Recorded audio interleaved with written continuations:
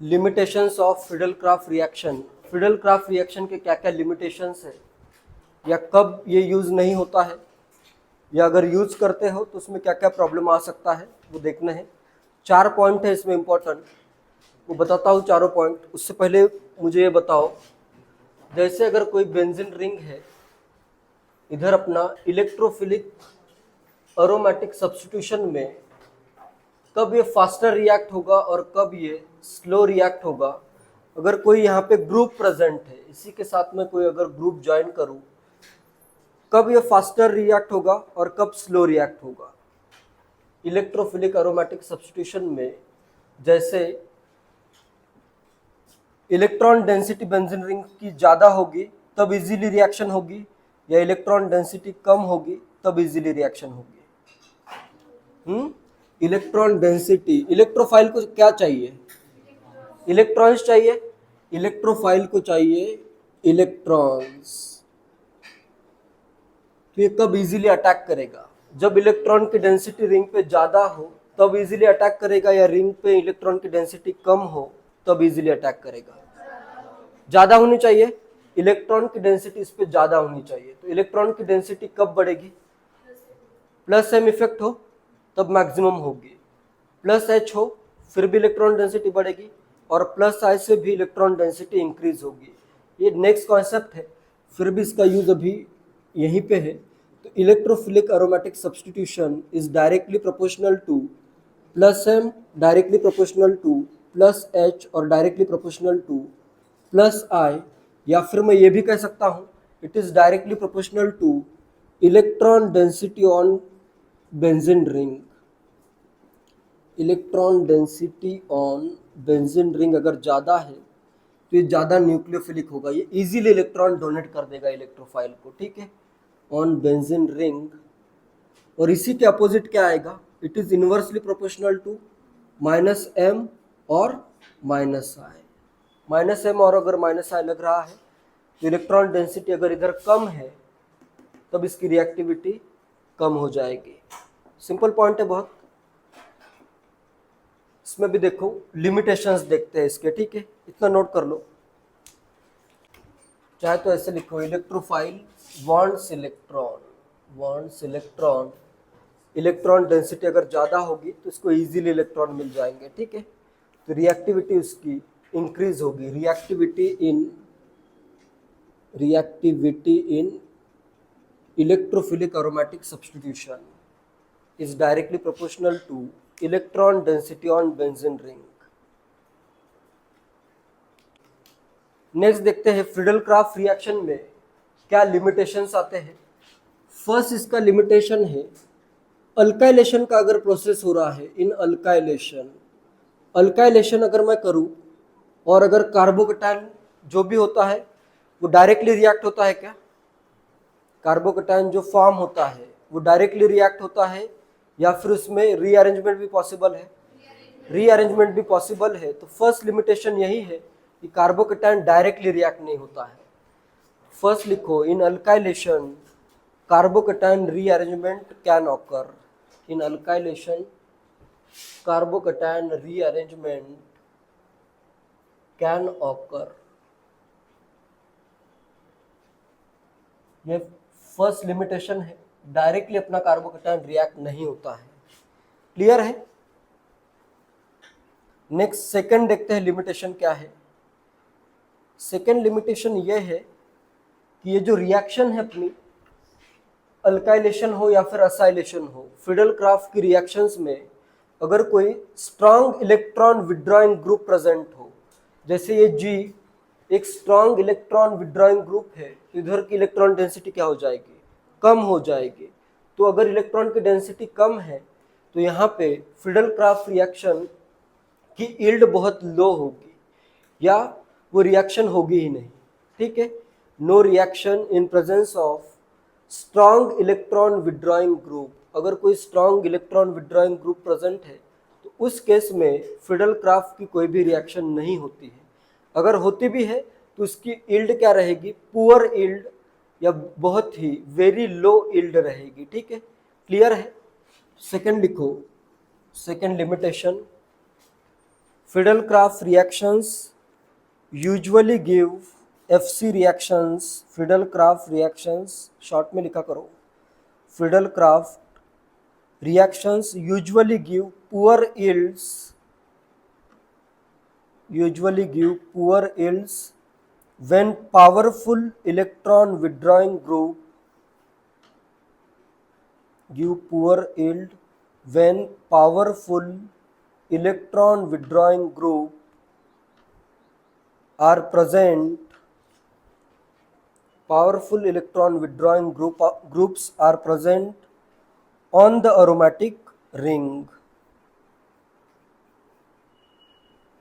Powerful electron withdrawing groups are present on the aromatic ring, or when ring bears groups are present on the aromatic ring, or when ring bears an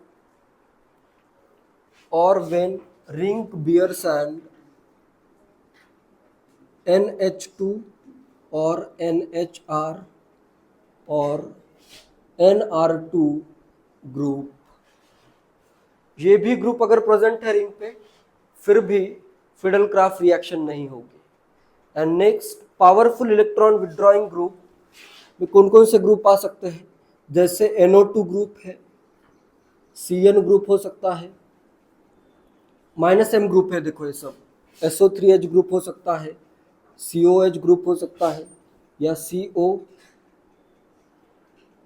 aldehyde group हो सकता है, ketone हो सकता है, COR.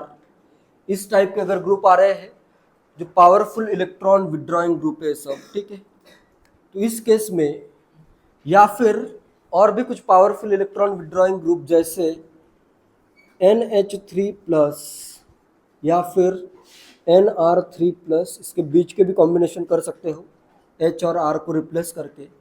ये भी क्या है? पावरफुल इलेक्ट्रॉन विड्रॉइंग ग्रुप्स है. ऊपर के सब -M है, नीचे के -I ग्रुप्स है, लेकिन ये भी इलेक्ट्रॉन को विड्रॉ करते हैं. इनके प्रेजेंस में क्या नहीं होगा? Friedel-Crafts रिएक्शन नहीं होगी. क्लियर है? नोट कर लो, ग्रुप्स नोट कर लो. या फिर जैसे CF3 ग्रुप भी आ सकता है, CF3 है, CCl3 है, ये भी क्या है? पावरफुल इलेक्ट्रॉन विड्रॉइंग ग्रुप्स है. नीचे के -I शो करेंगे, ऊपर के -M शो करेंगे. ठीक है, पावरफुल इलेक्ट्रॉन विड्रॉइंग ग्रुप्स अगर प्रेजेंट है तो ये रिएक्शन नहीं हो रही है. ये तो क्लियर है, ऊपर के है -M, नीचे के है -I, लेकिन सब पावरफुल है. ये तो समझ में आ रहा है कि इनसे इलेक्ट्रॉन डेंसिटी कम हो गई रिंग की, इसलिए ये इलेक्ट्रॉन डोनेट नहीं कर रहा है. ये क्लियर है. लेकिन ये NH2 ग्रुप क्या है? इलेक्ट्रॉन विड्रॉइंग है क्या? या NR2 ग्रुप? कौन सा ग्रुप है? +M या -M? +M ग्रुप है. NH2 इस पे लोन पेयर प्रेजेंट है ना, तो ये तो +M ग्रुप है. फिर क्यों नहीं रिएक्ट कर रहा है? NH2 या ये जो 3 ग्रुप मैंने लिखे हैं, ये तो इलेक्ट्रॉन विड्रॉइंग नहीं है. NH2 तो एक काफी powerful electron, lone pair delocalise होगा तो रिंग की डेंसिटी, इलेक्ट्रॉन डेंसिटी बढ़ जाएगी ना. NH2 अपने इलेक्ट्रॉन अगर डोनेट करेगा रिंग में तो इलेक्ट्रॉन डेंसिटी बढ़ सकती है. फिर ये 3 ग्रुप अगर प्रेजेंट है तो Friedel-Crafts रिएक्शन क्यों नहीं होती है? सोच के बताओ थोड़ा. इलेक्ट्रोफाइल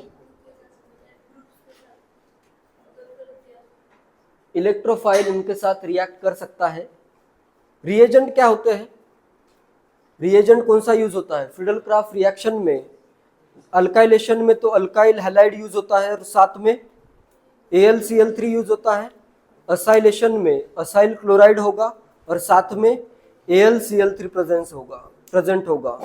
AlCl3 क्या है? एक लेविस एसिड है और ये क्या है? लेविस बेस है. ये क्या करते हैं? अपने इलेक्ट्रॉन डोनेट करते हैं. जैसे NH2 ग्रुप है, NH2 ग्रुप क्या करेगा? चाहे तो 2 हाइड्रोजन इधर ड्रॉ कर देता हूँ. ये क्या करेगा, अपने इलेक्ट्रॉन AlCl3 को डोनेट करेगा। क्लियर है?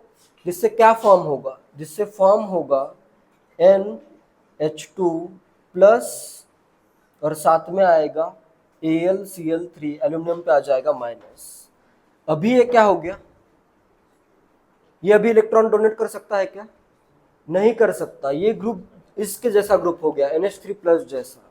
ये अभी इलेक्ट्रॉन विड्रॉ करेगा, इसलिए यहाँ पे इनके प्रेजेंस में भी रिएक्टिविटी क्या हो जाती है उसकी, कम या नो रिएक्शन आएगा। ठीक है, जैसे एनिलीन है, एनिलीन क्या करेगा, अपने नाइट्रोजन के इलेक्ट्रॉन इसको डोनेट कर दिए, फिर रिंग में डोनेट कर सकता है क्या? नहीं कर सकता है। ठीक है, तो ये कॉम्प्लेक्स जो फॉर्म हो रहा है या जो कोऑर्डिनेट बॉन्ड फॉर्म हो रहा है, इसके कारण ये ग्रुप इलेक्ट्रॉन विड्रॉइंग ग्रुप में कन्वर्ट हो गया है। ठीक है, ये क्या है, अभी एक इलेक्ट्रॉन विड्रॉइंग ग्रुप इसमें कन्वर्ट हो गया है, इसलिए फिर ये फ्रीडल-क्राफ्ट रिएक्शन में रिएक्ट नहीं होगा। ठीक है, इस टाइप का अगर ग्रुप प्रेजेंट है तो वो भी फ्रीडल-क्राफ्ट रिएक्शन शो नहीं करेगा। क्लियर है? ये नोट कर लो, ये पॉइंट इस वे में नोट करो, फिर वर्ड्स में मैं लिखवाता हूँ। पॉइंट लिखो, NH2, NHR और NR2 are changed into NH2, NHR और NR2 are changed into powerful electron withdrawing group EWG, powerful EWG by the Lewis acid AlCl3 are changed into powerful electron withdrawing groups by the Lewis acid AlCl3।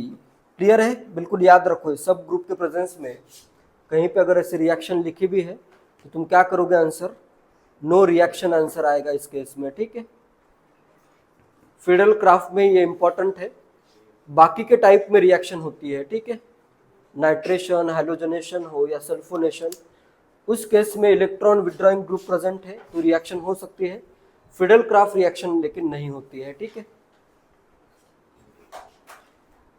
Next third limitation ये है कि यहाँ पे जो halide वाला component आता है, benzene के साथ एक हैलाइड होता है, असाइल हैलाइड भी हो सकता है या फिर अल्काइल हैलाइड भी हो सकता है। ठीक है, तो उसमें तुम अराइल हैलाइड या फिर विनाइल हैलाइड का यूज नहीं कर सकते हो। ठीक है, जो हैलाइड कंपोनेंट आता है अल्काइलेशन रिएक्शन में, उसमें तुम अराइल हैलाइड या फिर विनाइल हैलाइड का यूज नहीं कर सकते हो।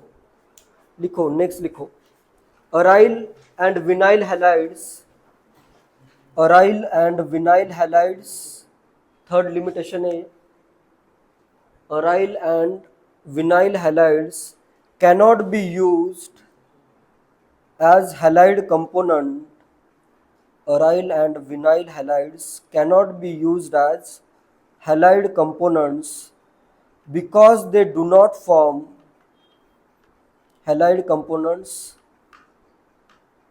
क्या रीजन होगा? बिकॉज करो, रीजन तुम बताओ। जैसे अगर मैं रिएक्शन करूं, बेंजीन अगर लूं, बेंजीन लेता हूँ, नेक्स्ट इसकी रिएक्शन अगर मैं करूँ क्लोरोबेंजीन के साथ इन प्रेजेंस ऑफ AlCl3, चाहे तो इसको इस वे में ड्रॉ करता हूँ, या फिर अगर मैं बेंजीन की रिएक्शन करूँ विनाइल हैलाइड ले लेता हूँ in presence of AlCl3, no reaction. क्यों नहीं होगी? बिकॉज बताओ, कोई रीजन बताओ। यहाँ पे जो बॉन्ड आ रहा है इसमें डबल बॉन्ड कैरेक्टर भी है इसमें, और ये वाला बॉन्ड जो है इसमें क्या आता है, डबल बॉन्ड कैरेक्टर, और जो कार्बोकैटायन फॉर्म होगा वो भी क्या होगा, अनस्टेबल होगा, या फिर कार्बोकैटायन फॉर्म होगा ही नहीं। इसमें डबल बॉन्ड कैरेक्टर आता है तो ये बॉन्ड ब्रेक नहीं होगा। क्लियर है? ये lone pair alternate to pi bond conjugation, double bond character आता है इधर भी और यहाँ पे भी, तो ये वाला बॉन्ड ब्रेक नहीं होता है। और अगर बॉन्ड ब्रेक करते हो तो जो कार्बोकैटायन फॉर्म होगा, जैसे यहाँ पे क्या फॉर्म हो जाएगा, CH2CH+, ये वाला कार्बोकैटायन फॉर्म होगा जो कि क्या है, अनस्टेबल है। तो ये कार्बोकैटायन इस वे में फॉर्म नहीं होगा। क्लियर है? तो यहाँ पे अराइल हैलाइड और विनाइल हैलाइड अगर आता है तो उनके उस केस में भी रिएक्शन नहीं होगी। क्लियर है? बिकॉज करो, because they do not form carbocations readily, because they do not form carbocations readily. Aryl and vinyl halides cannot be used as the halide component because they do not form carbocation readily. बाकी case में carbocation form होता है, इनके case में carbocation form करना possible नहीं है। Clear है? हर एक पॉइंट इंपॉर्टेंट है, इसमें ऐसा एक भी पॉइंट नहीं है जिसमें मेंस में क्वेश्चन नहीं आया है। हर एक पॉइंट पे मेंस में कभी ना कभी एक बार, दो बार, तीन बार क्वेश्चन आया है, सेम क्वेश्चन आया है। सेम ऐसे लिखा रहेगा, which of the following reaction is not possible, उसमें एक ऐसे लिखा रहेगा, तो इजीली तुम आंसर कर सकते हो। तो ये अपना थर्ड लिमिटेशन है, ये नोट कर लो। एंड नेक्स्ट फोर्थ जो लिमिटेशन है, फोर्थ इधर तो आया, ये vinyl and aryl halide, vinyl and aryl halide के साथ नहीं होगा, ठीक है, हैलाइड के साथ नो रिएक्शन। फोर्थ जो लिमिटेशन है, इसमें तुम थोड़ा सा दिमाग लगाओ अभी। अल्काइलेशन प्रोसेस में एक बार अगर मैंने अल्काइलेशन किया, इसका अल्काइल ग्रुप इलेक्ट्रॉन विड्रॉइंग है या इलेक्ट्रॉन रिलीजिंग है? इलेक्ट्रॉन डोनेट करेगा या इलेक्ट्रॉन विड्रॉ करेगा? डोनेट करेगा, प्लस एच इफेक्ट लगेगा। अल्काइल ग्रुप का अगर प्लस एच इफेक्ट लग रहा है तो इसका रिंग पे इलेक्ट्रॉन डेंसिटी क्या होगी? बढ़ जाएगी। तो अगर रिंग पे इलेक्ट्रॉन डेंसिटी बढ़ती है तो इसकी रिएक्टिविटी भी क्या होगी? बढ़ेगी। तो अल्काइलेशन एक बार अगर हुआ तो क्या पॉसिबिलिटी रहेगी? और फर्दर अल्काइलेशन हो सकता है, तो इसी को कहते हैं पॉली अल्काइलेशन। अल्काइलेशन में क्या लिमिट प्रॉब्लम है? Poly alkylation can occur, poly alkylation can occur. अगर मुझे सिर्फ एक ही बार अल्काइलेशन करना है तो वो पॉसिबल हो भी सकता है, कभी कभी पॉसिबल नहीं होगा, क्योंकि नॉर्मल बेंजीन से फिर जो अल्काइलेटेड बेंजीन होगा, अल्काइल ग्रुप वाला बेंजीन, वो ज़्यादा रिएक्टिव है, फिर वो फर्दर और एक बार अल्काइलेशन रिएक्शन होगी। तो क्या हो रहा है? फोर्थ में पॉली अल्काइलेशन कैन ऑकर। करो नोट, लिखो, poly alkylation often occur. Fourth limitation, poly alkylation often occur. Poly alkylation often occur, इसमें एक पॉइंट लिखो, alkyl groups are electron releasing groups. Alkyl groups are electron releasing groups and activates the benzene ring, are electron releasing groups and activates the ring towards further substitution, and activates the ring toward further substitution, and activates the ring toward further substitution। जैसे एक example देता हूँ, benzene है, इसमें मैं use करता हूँ isopropyl alcohol in presence of Lewis acid BF3 at 60 degree Celsius. एक तो प्रोडक्ट क्या बनेगा? फर्स्ट प्रोडक्ट क्या बनेगा? एक बार अल्काइलेशन अगर मैं करूं तो प्रोडक्ट क्या बनेगा? आइसोप्रोपाइल बेंजीन बनेगा। नेक्स्ट इसका फर्दर अभी ये एक अल्फा हाइड्रोजन आ रहा है, इससे प्लस एच इफेक्ट लग रहा है, ठीक है, तो ये और भी ज़्यादा रिएक्टिव है, तो फर्दर इसका अल्काइलेशन हो सकता है। फर्दर अल्काइलेशन होता है पैरा पोजीशन पे, पैरा पोजीशन पे और एक बार अल्काइलेशन होगा और डाई आइसोप्रोपाइल बेंजीन बन जाएगा। पैरा डाई आइसोप्रोपाइल बेंजीन भी फॉर्म होगा और आइसोप्रोपाइल बेंजीन भी फॉर्म हो जाएगा। दोनों प्रोडक्ट का मिक्सचर बनेगा। इसमें परसेंटेज भी देता हूँ, ये फॉर्म होता है 24% और ये फॉर्म होता है 14%। ठीक है, परसेंटेज इंपॉर्टेंट नहीं है, ये इंपॉर्टेंट है एक बार अल्काइलेशन होने के बाद फर्दर और एक बार अल्काइलेशन भी पॉसिबल है। ठीक है, ये असाइलेशन में हो सकता है क्या? पॉली असाइलेशन हो सकता है क्या? होगा या नहीं, सोच के बताओ। ठीक है, नोट कर लो एग्जांपल, तब तक सोचो। नेक्स्ट क्वेश्चन लिखो, is poly acylation possible? Is poly acylation possible और नॉट?